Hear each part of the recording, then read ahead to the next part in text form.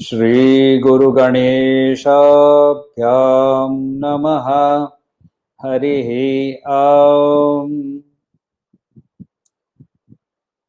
गीता स्वाध्याय 178वें सेशन में आपका स्वागत है। अभी हम अध्ययन कर रहे हैं 10वां अध्याय विभूति योग, और हमने पिछले दिन 8वें श्लोक तक हम लोगों ने अध्ययन किया था।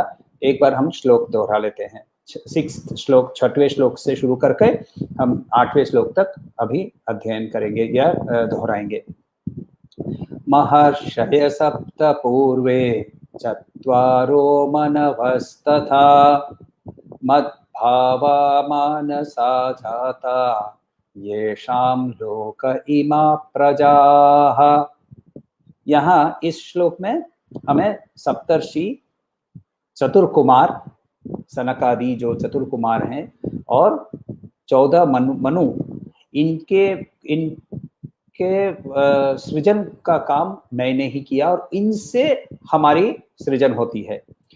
इसका मतलब ये है कि पौराणिक रूप से यदि देखा जाए तो इसका मतलब ये है कि जो गोत्र हैं, जो हमारे ऋषि हैं, सप्तर्षि हैं, ये इनके माध्यम से हमारी जो सृजन हुई है वो एक तरीके से माना जाता है। मगर इसका हम लोगों को यदि आत्मा या आत्मिक रूप से इसका हम लोग अर्थ ढूंढें तो ये हमारे जो इंटरनल वर्किंग्स हैं, ये हमारे जो कंप्लीट सूक्ष्म रूप से हमारे अंदर जो छोटी छोटी चीजों जो काम करती है, इसका भी सृजन आत्मा से, प्रज्ञा से, कॉन्शियसनेस से होता है, एग्जिस्टेंस से होता है। इसके बाद 7वें श्लोक में एतां विभूति योगं च मम यो वेत्ति तत्त्वतः सोऽविकम्पेन योगेन युज्यते नात्र संशयः। पहले एक उच्चारण का एक नियम बता दें कि यहाँ सह विकम्पेन, अविकम्पेन, जब उसको संधि करते हैं तो सो विकम्पेन, मगर आपके टेक्स्ट में देखिएगा कि एक ऐसी टेढ़ी मेढ़ी लाइन लिखी होती है। वो जब लाइन होती है तब इसका उच्चारण थोड़ा सा लंबा कर लेते हैं। सो विकम्पेन नहीं, सो विकम्पेन। तो ये जब सो विकम्पेन उच्चारण करते हैं, इसका मतलब वो वहाँ एक संधि है, ये ऑटोमेटिकली पता चल जाता है। दूसरा, यहाँ हमें जो वेत्ति तत्वतः, इसके बारे में हम लोगों ने देखा था कि इन रियलिटी, सचमुच में, यदि जो मुझे पहचानता है उसको वापस नहीं आना पड़ता है। उन्होंने हमें इसके पहले भी बताया था। और वापस क्यों नहीं आना पड़ता है? क्योंकि वो परमानंद का सुखम अत्यांतिकम वर्ड यूज करके तो ये समझाया था कि ये अल्टीमेट हैप्पीनेस के पास, अल्टीमेट हैप्पीनेस जो है वो आनंद है। आनंद पर उसकी प्राप्ति हो जाती, आनंद की प्राप्ति हो जाती है। तो एताम विभूति योगम च, विभूति योग दोनों को अलग अलग किया है यहाँ। विभूति और योग को अलग करने का मतलब होता है मैक्रोकॉस्म और माइक्रोकॉस्म, दोनों में मुझे उनको पहचानना है। माइक्रोकॉस्म में हमने चैप्टर 1 to 6 के अंदर में अंदर की ओर देखकर अपने आप के अंदर में, माइक्रोकॉस्म में हमने अपने आप को, मैं शरीर नहीं हूं, मैं मनस नहीं हूं, मैं बुद्धि नहीं हूं, ये हमने पहचानने की कोशिश की। मगर मैक्रोकॉस्म में यदि वो अनुभूति हुई भी है कि मैं आत्मन हूं, ये अनुभूति भी साथ साथ हुई है क्या कि सामने जो पौधा लगा हुआ है, उसके नीचे जो चींटियां है, उसके थोड़े से बाहर जो कुत्ता वहां बाहर खड़ा हुआ है, उसके पीछे एक बड़ा सा पेड़ है, ये सब भी वो शरीर नहीं है, वो मनस नहीं है, वो बुद्धि नहीं है, वो भी वही प्रज्ञा है। ये हमारी अनुभूति करने के लिए मैक्रोकॉस्म में हमें देखना जरूरी है। तो माइक्रोकॉस्म और मैक्रोकॉस्म दोनों, यानी व्यष्टि और समष्टि दोनों में जब हमें उनकी अनुभूति होती है वेत्ति तत्वतः, तब हमें अविकम्पेन, बिना हिले, बिना, देखिए जब मुझे एक्सपीरियंस हो जाता है किसी चीज की, फिर मुझे थियोरी की जरूरत नहीं पड़ती है। जब मुझे एक्सपीरियंस नहीं होता है तब मुझे थियोरी की जरूरत पड़ती है। तो मुझे यदि मान लीजिए कि तवा गरम हो रहा है और उस पर मेरा हाथ लग गया और वो गरम पर मुझे ऑब्वियसली हाथ पे ब्लिस्टर्स हो गए। अब ये एक्सपीरियंस हो गया कि गर्म होने से ब्लिस्टर्स होते हैं। इसकी अब मुझे, आपकी एक्सपीरियंस में यदि वैसा नहीं हुआ है, या आप मुझे ये समझाएंगे कि हाथ को ना बर्फ से घिस लो, उसके बाद फिर तवा के ऊपर लगा दो, कुछ नहीं होगा, मैं मानूंगा नहीं, क्योंकि मेरा एक्सपीरियंस अलग है। तो वैसे ही जब मुझे अनुभूति उस आत्मन की हो जाती है, फिर मुझे थियोरी की जरूरत नहीं पड़ती है।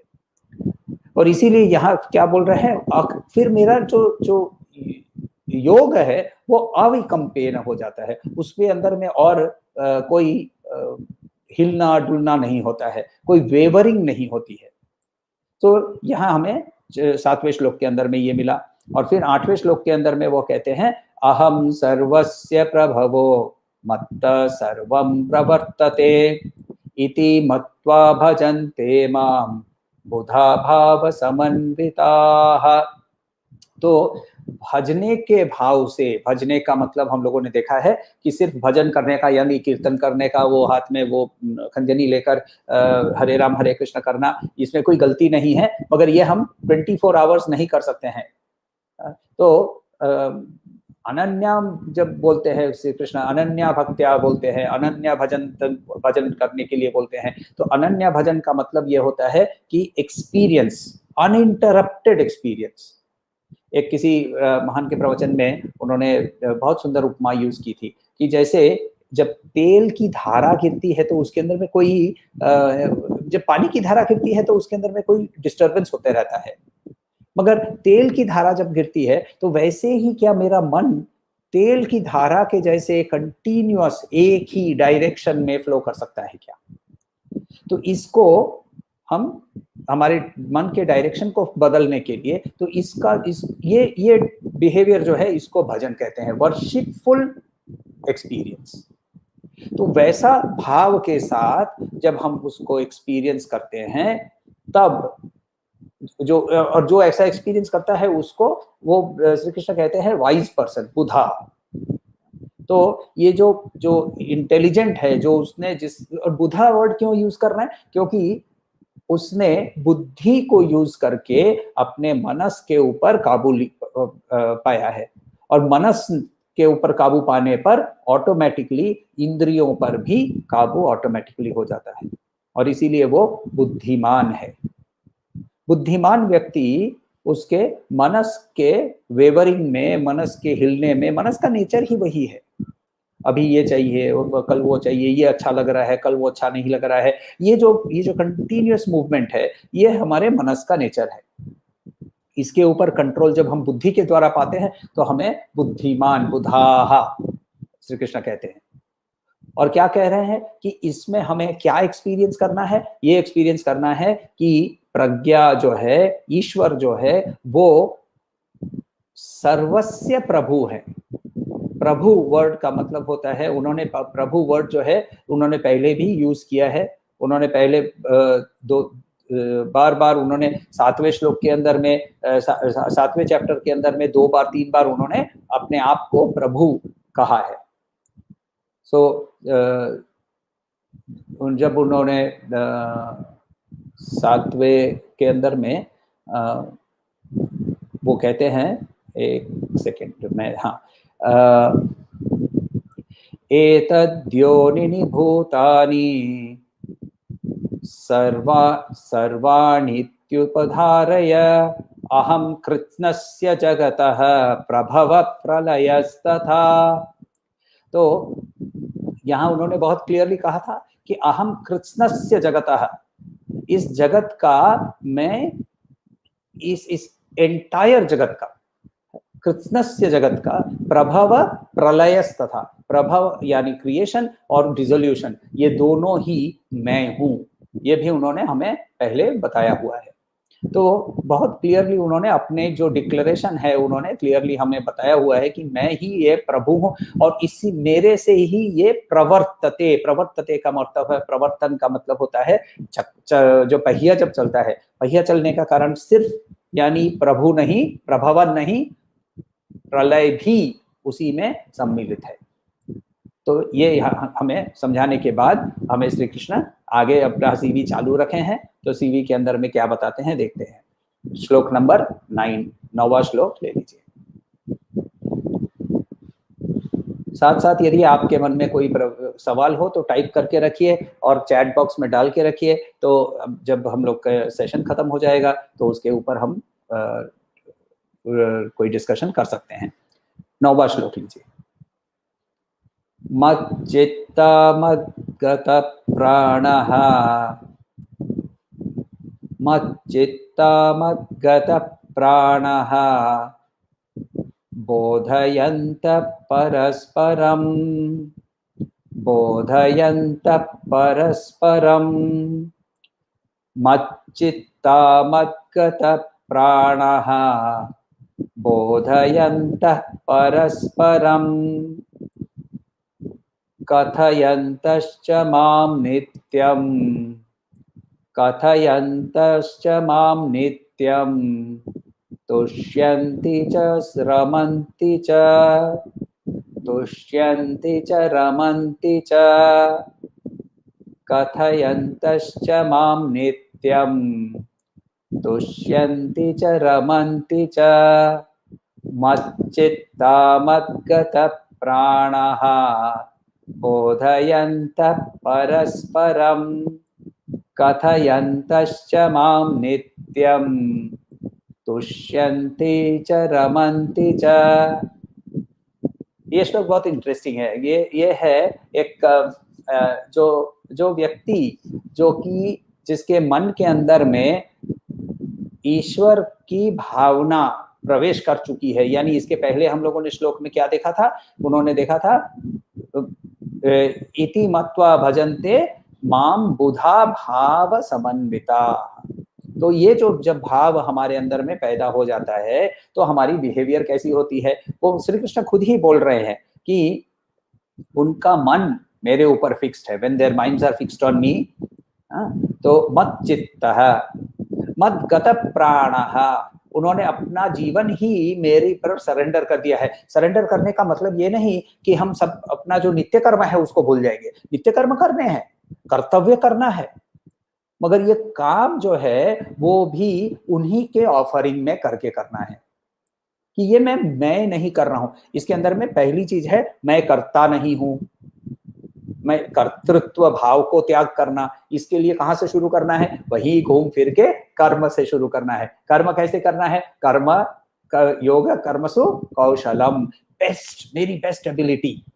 जब मेरी बेस्ट एबिलिटी से मैं काम करूंगा उसके बाद मैं प्रोसेस पर ध्यान रखूंगा, कर्मण्येवाधिकारस्ते। यदि मैं प्रोसेस पर ध्यान रखूंगा तो फिर इनपुट से ऑटोमेटिकली आउटपुट की क्वालिटी बेटर हो जाएगी। एंजाइटी, स्ट्रेस, ये सब टेंशन ये दूर हो जाएंगे और ऑटोमेटिकली फल बेटर होने लगेगा। जब फल बेटर होने लगेगा तो ये समझ में आ जाता है, देखिए अनुभूति हो जाती है कि इनपुट के कारण आउटपुट ऑटोमेटिकली बेटर हो रहा है। अब मुझे कोई अलग से बोले नहीं नहीं नहीं तुम आउटपुट पे ध्यान रखो, मैं नहीं करूंगा, क्योंकि मुझे एक्सपीरियंस हो चुका है।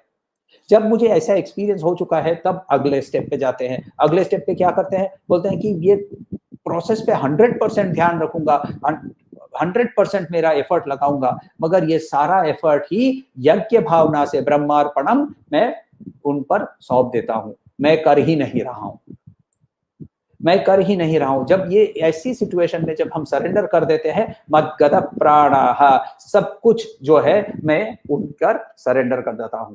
ब्रह्मार्पणम ब्रह्म हविर् ब्रह्माग्नो ब्रह्मणाहुतम ब्रह्मैव तेन गंतव्यम ब्रह्म कर्म समाधिना। सब कुछ ही ब्रह्मन है, सब कुछ करने वाला जो कार्य हो रहा है उसका जो फल है, करने के साधन है, सब कुछ ही ब्रह्मन है। करके यदि मैं काम करता हूं तो फिर मद्गत प्राणाः बोधयन्त, यानी तब उसको नॉलेज, ऐसी व्यक्ति को नॉलेज की प्राप्ति होती है। और नॉलेज की प्राप्ति होती है तो वो बोधयंत आपस में इनके बारे में बात करते लगते हैं, परस्परम आपस में कथयंतः वो बात करते हैं। किसकी बात करते हैं? च माम, मेरी बात करते हैं, नित्यम कंटिन्यूअसली, तुष्यंती, उस पर उनको सेटिस्फैक्शन मिलता है, रमंती, उसमें उनको आनंद मिलता है। तो यहां श्री कृष्ण कह रहे हैं कि जो व्यक्ति जिसने पूरी लाइफ उसकी जब मतगत प्राणाः उसने सरेंडर कर दी है, तो फिर क्या होता है कि वो उसको मेरी बातें करना ही पसंद होता है, दूसरी कोई बात नहीं करता है वो। और ये देखिए ये सच है, आपने देखा भी होगा कि जिन लोग स्पिरिचुअल पाथ पे रहते हैं, जो भी किसी भी पाथ पे उसने अपने आप को डेडिकेट किया हो, सेल्स का पर्सन है, जब दो वैसे सेल्स के व्यक्ति मिलते हैं तो वो सेल्स की ही बात करते रहते हैं। कस्टमर कैसा था, कस्टमर की बिहेवियर कैसी थी, कस्टमर को कैसे पटाया, कैसे कस्टमर से रिपीट सेल्स कैसे मिला, ये कंटिन्यूअस उनकी ये बात चलती रहती है। दो प्रोडक्शन इंजीनियर को एक साथ बैठा दीजिए तो वो ही बात करेंगे कि वो प्रोडक्शन कैसे अच्छा करेंगे, प्रोडक्शन के अंदर में क्या प्रॉब्लम्स आते हैं, प्रोडक्शन करते समय मेरे वर्कर्स की क्या प्रॉब्लम आती है, या वर्कर्स कितने गंदे हैं कितने अच्छे हैं। देखिए इनकी कन्वर्सेशन क्यों है ऐसी, क्योंकि उन्होंने अपनी लाइफ को ही इस टॉपिक पे, इस सब्जेक्ट पे कंप्लीटली डेडिकेट किया हुआ है। जिसने नहीं किया वो ऐसा बात नहीं करेगा। तो मदगत प्राणाः का मतलब जिसने कंप्लीटली जिस पर सरेंडर किया है। तो वैसे ही जिसने कंप्लीटली अपनी लाइफ को यदि स्पिरिचुअल एडवांसमेंट में सरेंडर किया है, तो उसके लिए क्या होगा, उसी चीज पर वो बात करेगा, उसी चीज की वो बात करते रहेगा, उसी चीज की उसको सेटिस्फैक्शन और आनंद दोनों मिलेगा, तुष्टि और रमंती। रम का मतलब होता है जो खेलता है, राम का मतलब होता है जो खेलता है, रमन का मतलब होता है जो खेलना। राम कौन है? वो जो खेलता है। कौन है खेलता? हमारे अंदर आत्मा खेलता है, इसीलिए हम ही आत्मा राम हैं। तो वैसे ही तुष्टि और रमन ये दोनों हमारे अंदर में प्राप्त होती है। कब? जब जिस टॉपिक पे हमने अपने आप को कंप्लीटली सरेंडर किया हो। और हर टॉपिक ही वही है, हर टॉपिक ही कृष्ण है, हर टॉपिक ही ईश्वर है, हर टॉपिक ही आत्मन है, हर टॉपिक ही ब्रह्मन है, क्योंकि हर एक चीज के अंदर में ही वो है। जो सेल्स के माध्यम से ब्रह्मन के पास पहुंचने की कोशिश कर रहे हैं वो थोड़ा देरी से पहुंचेंगे। ये भी हमें श्री कृष्ण ने पहले बताया कि अन्य देवता की पूजा करने पर वो भी मेरे पास ही आता है, मगर थोड़ा देर से आता है। ये हम लोगों ने पहले भी देखा हुआ है। तो ये हमें वहां की जो टीचिंग थी वो हमें यहाँ रिपीट होती है। अब हम तो हमने अभी 9वां श्लोक देखा, अब हम लोगों को आगे चलना है और उनके 10वें श्लोक का हम अध्ययन करेंगे। तो 10वें श्लोक में वो क्या बोल रहे हैं, देखिए। तेषां सतत युक्तानां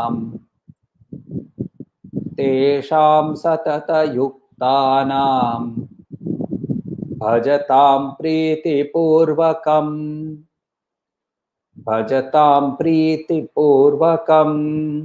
उच्चारण में दीर्घ इकार और छोटी इकार बहुत क्लियरली उच्चारण में फर्क आना चाहिए। प्रीतिपूर्वकम तेषां सतत युक्तानां भजतां प्रीतिपूर्वकम ददामि बुद्धियोगं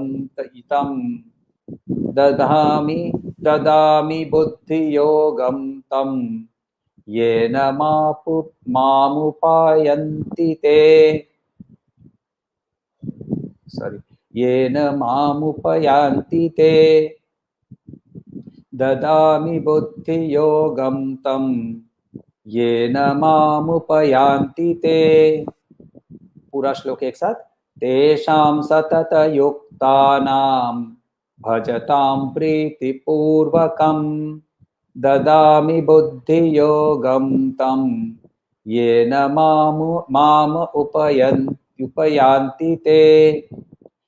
तेषां उनको, सतत युक्तानाम, सतत कंटिन्यूअस, युक्तानाम जुड़ा हुआ, भजताम जो एंगेज्ड इन डिवोशनल एक्सपीरियंस, जिसके अंदर में वो डिवोशनल एक्सपीरियंस है, प्रीति पूर्वकम प्रेम के साथ, ददामी, मैं उनको क्या देता हूँ, क्या, बुद्धि योगम। तो बुद्धि योगम का मतलब योग विद यूनियन विद बुद्धि, यानी उनके अंदर में इंट्यूशन पैदा होता है, उनके अंदर में एक नॉलेज पैदा होती है। तम तम दैट, ये ना, जिससे माम, मेरे मेरे मुझ पर या मेरे में, उपयांति, यान्ति यानी जाते हैं, यान जाना, तो प्रयाण यानी परमानेंटली जाना, ये हम लोगों ने देखा है पहले। तो उपयंती आते हैं, ते दे, यानी यहाँ श्री कृष्ण कहते हैं कि जिनका मन मेरे साथ कंटिन्यूअसली यूनाइटेड रहता है, उनको प्रेम के साथ मेरे साथ यूनाइटेड रहता है, उनको मैं डिवाइन नॉलेज, बुद्धि योगम देता हूं, जिससे वो मेरे पास आते हैं। अगेन ये पिछले श्लोक के साथ ही ये जुड़ा हुआ है। देखिए, यदि हम नॉर्मल हमारे जो मटेरियल वर्ल्ड के अंदर में, जिसके मन के अंदर में sale sale sale sale sale sale sales, customer service customer service customer service customer service ही भज रहा है, यानी उसके अंदर में उस सब्जेक्ट के प्रति उसका डिवोशन है, उस सब्जेक्ट के प्रति उसकी इंटरेस्ट है, उस सब्जेक्ट के प्रति उसका प्रेम है, तो उस सब्जेक्ट के प्रति उसको नेचुरली उसके अंदर में इंट्यूटिवली नई नई खोज अपने आप आने लगती है, नई नई इंसाइट्स अलग से आने लगते हैं। ये आपने हर व्यक्ति के अंदर में देखा होगा। आपके जो बेस्ट टीचर रहे होंगे, जिनके साथ आपकी सबसे अच्छी पढ़ाई, पॉसिबली वो सब्जेक्ट के ऊपर उसकी उतनी मास्टरी नहीं होगी, मगर उसको पढ़ाने की इंटरेस्ट के कारण उसने पढ़ाने के नए नए तरीके ढूंढे होंगे, और जिसके कारण उसके क्लास बहुत इंटरेस्टिंग लगते थे। और एग्जाम्पल लेते हैं, जैसे हम लोगों ने इंजीनियर का एग्जाम्पल लिया, हम अकाउंटेंट का एग्जाम्पल लेते हैं। जो अकाउंटेंट जो है, जो कि एकदम अकाउंटेंट है या फाइनेंस का व्यक्ति है, वो डीपली फाइनेंस के बारे में या अकाउंट्स के बारे में बात करते करते, सोचते सोचते, अकाउंट्स के प्रति प्रेम होते हुए, फाइनेंस के प्रति प्रेम होते, वो नए नए फाइनेंशियल इंस्ट्रूमेंट्स की तरीके निकालता है। ये खोज आविष्कार कैसे होता है? ये खोज आविष्कार जो है वो इंट्यूशन के माध्यम से होता है। बुद्धि योगम ददामी, ये हमें हमारी प्रज्ञा से मिलता है। कब मिलता है? जब हम उसके प्रति भजताम प्रीति पूर्वकम, सतत युक्ता नाम भजताम, तो उनको मैं ये बुद्धि योग में ये इंट्यूशन प्रदान करता हूं। और जब यही सब्जेक्ट जो है, सब्जेक्ट बदल कर स्पिरिचुअल फील्ड में चला जाता है, तो वहां हमें यही चीज के बारे में, हमें नेचुरल एक इंट्यूटिवली हमें क्या करना है, कैसे आगे बढ़ना है, इसके रास्ते अपने आप हमें मिलने लगते हैं।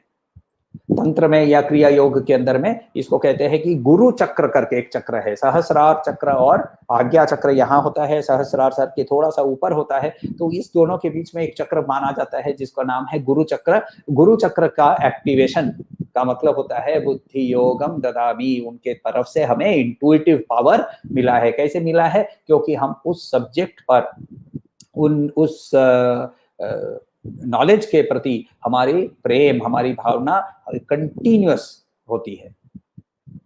आगे चलते हैं, 11वां श्लोक।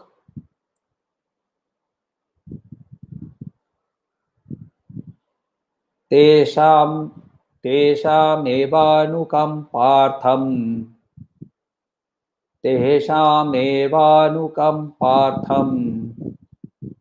अहम अज्ञानजं तमः, अहम अज्ञानजं तमः, तेषामेवानुकंपार्थम अहम अज्ञानजं तमः, नाशयाम्यात्मा भावः। इसको थोड़ा सा अलग से बदलते हैं, नाशयाम्यात्मा भावस्थो, नाशयाम्यात्मा भावस्थो, ज्ञानदीपेन भावस्वता, ज्ञानदीपेन भास्वता नाशयाम्यात्मभावस्थो ज्ञानदीपेन भास्वता तेषामेवानुकम्पार्थम् अहम् अज्ञानजं तमः नाशयाम्यात्मभावस्थो ज्ञानदीपेन भास्वता। तो ये पिछले श्लोक में हम लोगों ने कहा, ये सेम चीज यहाँ वो वापस रिपीट कर रहे हैं दूसरे तरह से। वहां कहते हैं कि आउट ऑफ कंपैशन, अनुकंपार्थम। कंपैशन का मतलब होता है कृपा, कृपा का मतलब होता है कृपा। जो कृपण कौन होता है? जो सब कुछ बोलता है ये मेरा है, मेरा है, मेरा है। ये कौन बोल सकता है? सिर्फ वही बोल सकता है जिसका सचमुच में सब कुछ उसका है, यानी ईश्वर। और जो ईश्वर है उसी, वो ही एकमात्र अनुकंपा कर सकता है। हम अनुकंपा नहीं कर सकते हैं।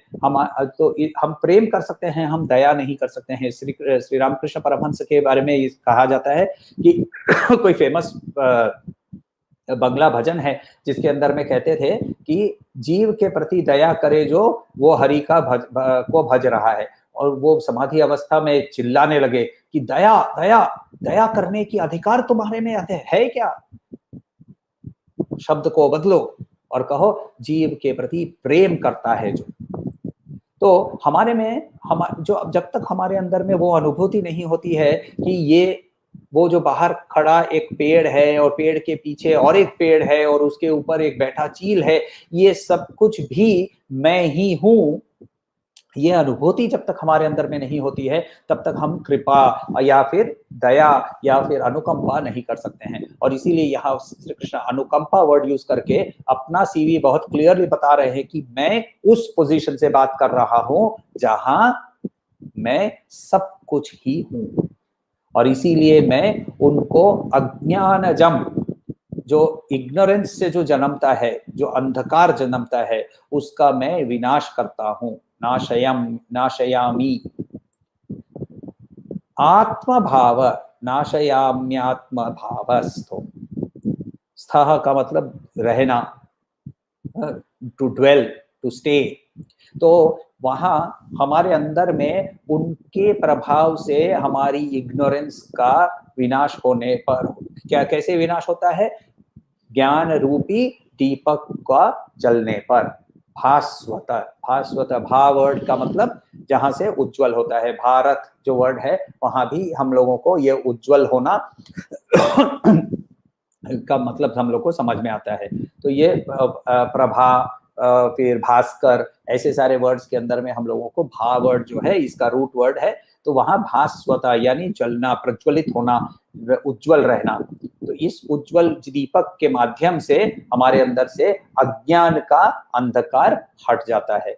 ऐसे व्यक्ति क्या करते हैं? 7वें श्लोक के अंदर में हम लोगों ने देखा था कि वो क्या करते हैं, वो हमारे आपस में जब बैठते हैं तो वो हम उसी सब्जेक्ट के बारे में बात करते हैं। जब हम इस सब्जेक्ट को बदल के ईश्वर ज्ञान के बारे में चले जाते हैं तो फिर हमें वहां भगवान शंकराचार्य कहते हैं कि सत्संगत्वे निस्संगत्वम, निस्संगत्वे निर्मोहत्वम, निर्मोहत्वे निश्चलतत्वम, निश्चलतत्वे जीवन मुक्ति।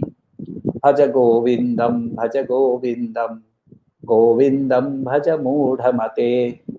तो इसीलिए गोविंद, गोविंद का मतलब होता है जो इसने अपने सेंसेस को कंट्रोल करने वाला। गो का मतलब हमारे इंद्रिय है, गोविंद का मतलब जो हमारे इंद्रियों को कंट्रोल करने की के लिए सहायता करता है। तो इसीलिए जब हमारे इंद्रियों का और हम अपने आप ही मनस के द्वारा नियंत्रण करते हैं, मनस के ऊपर बुद्धि के द्वारा नियंत्रण करते हैं, और बुद्धि के बारे में नियंत्रण करते समय आत्मज्ञान की ओर हमारा नजर पड़ता है, तब हम अपने आप के अंदर में हम स्वयं को पहचानते हैं और स्वयं को ही दूसरे के अंदर में भी पहचानते हैं। तब हम कहते हैं अहम ब्रह्मास्मि। कुछ सवाल आए हैं?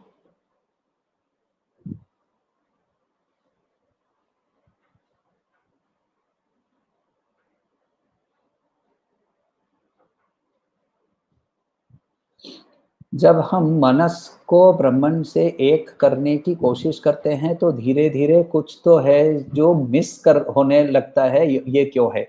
जब हम किसी चीज के प्रति आकर्षित रहते हैं, हमारे यदि मन यदि आकर्षित किसी व्यक्ति के प्रति होता है, विषय के प्रति होता है, वस्तु के प्रति होता है, तो यदि आकर्षण है तो फिर वहां हम उसको मिस करते हैं।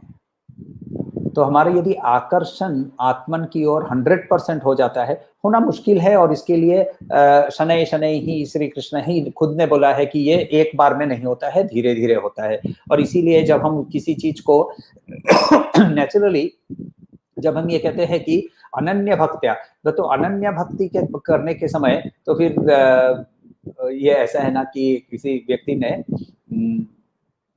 जाकर चर्च में पादरी को पूछा कि मैं जब चर्च में आता हूँ तो मैं वहाँ सिगरेट पी सकता हूँ क्या? पादरी गुस्सा हो गए। तो उन्होंने बोला, नहीं, this is a hall of prayer, यहाँ क्यों तुम ये स्मोकिंग नहीं कर सकते हो। दूसरे दिन यही व्यक्ति वापस गया और उसने कहा कि मैं स्मोक करते करते मैं भगवान का नाम ले सकता हूँ क्या? तो पादरी का आंसर ऑब्वियसली था कि हाँ हाँ कर सकते हो। तो ये एटीट्यूड की डिफरेंस की बात नहीं है, वर्ड्स के ऊपर खेलने की बात नहीं है। सचमुच में हमारा मन क्या एक तरह एकाग्र हुआ है? यदि नहीं हुआ है तो हम चीजों को मिस करेंगे, विषय को मिस करेंगे, व्यक्ति को मिस करेंगे, वस्तु को मिस करेंगे। दूसरा प्रश्न है, किसी भी कार्य को करते समय पूर्ण मनोयोग से करते हैं, भावना उस कार्य को श्रेष्ठतम करने की रहती है, क्या ये कर्मयोग है? ये कर्म योग तब होता है जब हम इसके अंदर में से प्रोसेस के ऊपर, इनपुट के ऊपर हम ध्यान देते हैं और आउटपुट को हम भूल जाते हैं। इसका एक बेस्ट एग्जांपल मुझे लगता है, मेरे पर्सनल एक्सपीरियंस में मैं ये इसके बारे में बताऊं तो मेरा बेस्ट इसका पर्सनल एक्सपीरियंस है घर में सत्यनारायण पूजा बनते समय प्रसाद बनाना। यही शीरा जो वहां उनके लिए बनता है, उस समय हम बहुत केयरफुली, और ये मैं मेरी माता जी को करते हुए देखा हुआ है, इसीलिए बता रहा हूँ। शीरा बहुत सबको पसंद होता है और इसीलिए बार बार ही घर पे बनता था। तो मगर सत्यनारायण की कथा होने पर जो शीरा बनता है उस समय क्या करते हैं, तो एकदम नाप कर 600 ग्राम सूजी, 600 ग्राम चावल, ये क्या बोलते हैं घी, और 600 ग्राम चीनी, और फिर उसी क्वांटिटी में वो जो भी है 2 लीटर या जितना दूध इत्यादि इत्यादि, ये सब कुछ एकदम नाप नाप के। और फिर उस समय वो बहुत एकदम क्लियरली इंस्ट्रक्शन था कि मेरे पास भी नहीं आओगे, मैं एकदम फुल कंसंट्रेशन से। अच्छा, ये उस समय का जो प्रसाद बनता है उसका टेस्ट अलग होता है। ये थोड़ी है कि सत्यनारायण भगवान वहां आकर उसी प्रसाद को सिर्फ खाएंगे। सत्यनारायण भगवान तो हर चीज का प्रसाद ही खा, हम हर समय उन्हीं का प्रसाद खा रहे हैं।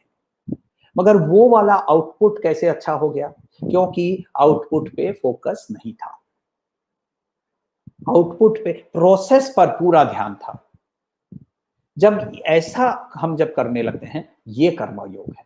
जब हम आउटपुट की ओर, नजर जरूर है शीरा बनना चाहिए, शीरा बिरयानी नहीं बन जाएगी, शीरा ही बनाना है, आउटपुट मेरे दिमाग में जरूर है, मगर आउटपुट के प्रति ध्यान नहीं है, प्रोसेस पे प्रति ध्यान है। ये जब हम करने लगते हैं तब हम कर्मयोग का पहला कदम रखते हैं। दूसरा कदम जब कर्मयोग का है कि मैं ये क्लियरली समझता हूं कि मेरे अंदर ये काम मेरा नित्य कर्म या कर्तव्य है, इसीलिए कर रहा हूं, ये इस ना मैं कर रहा हूं और ना मैं करता हूं। तो कर्ता यानी कर्तृत्व भाव जब हमारा छूट जाता है तब हम कर्मयोगी कहला सकते हैं।